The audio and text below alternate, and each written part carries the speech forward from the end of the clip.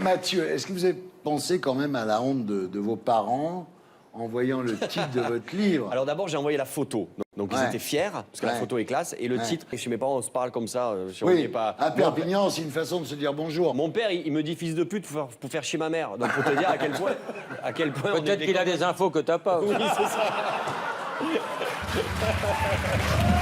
Mais qu'est-ce que t'as à voir avec l'homosexualité? Je crois pas pourquoi on parle de ça.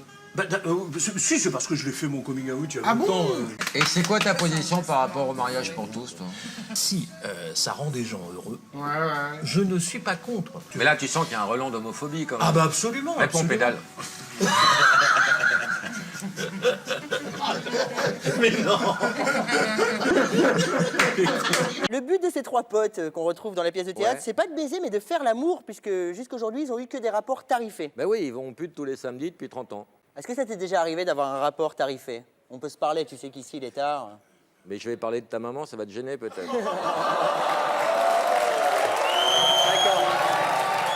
Ok. C'est pas respectueux, c'est gênant. On va prendre une question. Mais tu sais que ça, c'est le bruit des autruches de la ferme. Tu regardes la ferme sur TF1, ils ont bruité les autruches qui passent dans le générique avec des dindons. Ah, parce qu'il y a des bruitages pour... On fait un tour de table, on t'a proposé la ferme? Non. Non, mais pas comme un animal, hein, comme candidat. Hein. Non, mais... Non plus. Julien, tu as toujours été très pudique. Et là, tu vas nous montrer ta bite. C'est ce soir. Ça, c'est une belle évolution, Julien. Ouais. Il a changé, Julien Clerc. Je l'ai jamais vu comme ça, mais franchement... Comment vous trouvez le retour de Nicolas Sarkozy? Je fais pas attention à ça. Il vous a fait marrer, le président de la République. J'ai trouvé plutôt rigolo, par moment. Hein, bon, Quand votre femme vous a quitté et que vous étiez triste, il vous a dit « Regarde, moi aussi, j'étais au fond du trou et aujourd'hui, je suis avec la plus belle femme du monde. » C'est ça? Ouais, il m'a dit aujourd'hui, je suis au fond du trou de la plus belle femme du monde. Non, il n'en rate pas une, mais c'est bon, c'est mieux. 20 ans que ça dure, c'est pas mal pour une émission dont tu je crois qu'il y a pas beaucoup de prime qu'elle comme ça. devait être supprimée chaque année. Tu nous as cassé les couilles pendant 20 ans. Non, je suis content. Ils vont me supprimer le cabaret.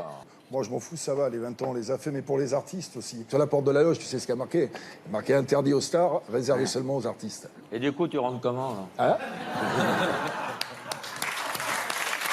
Alors Massimo, maintenant, on va faire un portrait de vous.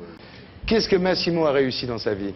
Une mayonnaise en 72. Déjà, j'ai réussi ma vie. Et moi, je l'ai vu avec une femme différente chaque jour. Hein. C'est un vrai donjon. Hein. Incroyable. Ne le crois pas, ne le crois pas. Ta femme est là?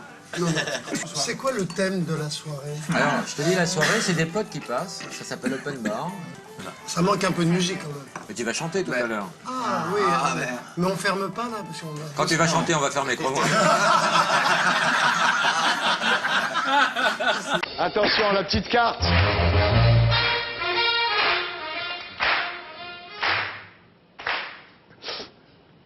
Vous devez faire quelque chose pour la France.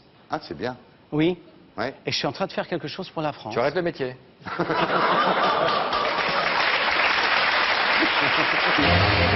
On termine avec l'avis de Pierre Ménès. Je vais vous laisser, ça m'intéresse pas.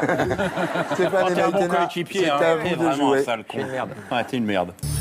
Avant de devenir journaliste sportif spécialisé dans le football, Pierre Ménès était Anorexique. entraîneur de football. Est-ce que c'est un homme? Est-ce que c'est une femme? On ne sait pas. Non, mais Tout le monde se demande. Au fond de moi, suis-je PD? Suis-je une lesbienne? Bien Tout le sûr. monde se Je demande. crois que la part de mystère reste entière, moi, personnellement. Ouais. Le plus simple comme un mandat pour faire taire la rumeur, ça aurait quand même été Que je me déshabille tout de de faire suite. comme Sheila, de faire un enfant. Non. Faut déjà trouver la mère.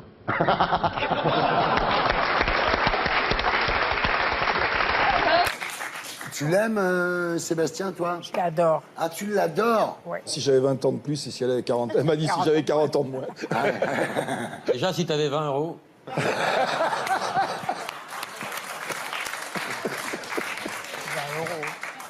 Non mais... Eh oui, à un moment, les prix, ben, s'il faut que tu prennes à l'évidence. C'est plus les tarifs que tu pratiquais il y a longtemps. alors je travaille plus. Jean-Luc Lahaye, je voudrais qu'on revienne sur une affaire qui a défrayé la chronique, la fermeture de votre boîte de nuit depuis 6 mois. Alors, il y a eu une vaste opération de police. En effet, il y a eu une opération il y a 6 mois. Voilà. C'était sur commission rogatoire à propos de travail illicite. Ouais. Faut savoir, travail illicite, c'est... Pourquoi t'as encore chanté? Et Jean-Luc, ta boîte de nuit, c'est devenu quoi, là, que t'avais monté? C'est un terrain vague. Ah bon? Un terrain vague avec de l'herbe haut 2 mètres. T'as perdu des sous ou t'en as gagné avec ça? Ah non, je suis parti une main devant, une main derrière. Oh, mais t'en as tellement gagné pendant des années, t'as fait tellement de blagues là-dedans. C'est un piège à gonzesse, là. Hein. Oui, il y a pas mal de... Et puis que ce soit juste à côté d'une crèche, c'était formidable pour toi. Le rêve. Voici la 5e question et 2 catégories. Alors, code de la route, Riri, Fifi et Loulou. Et toi, t'es pas mal sur le code de la route. Tu sais combien on perd de points par faute? Par exemple, hier, je me suis fait flasher et je sais pas combien j'ai perdu de points.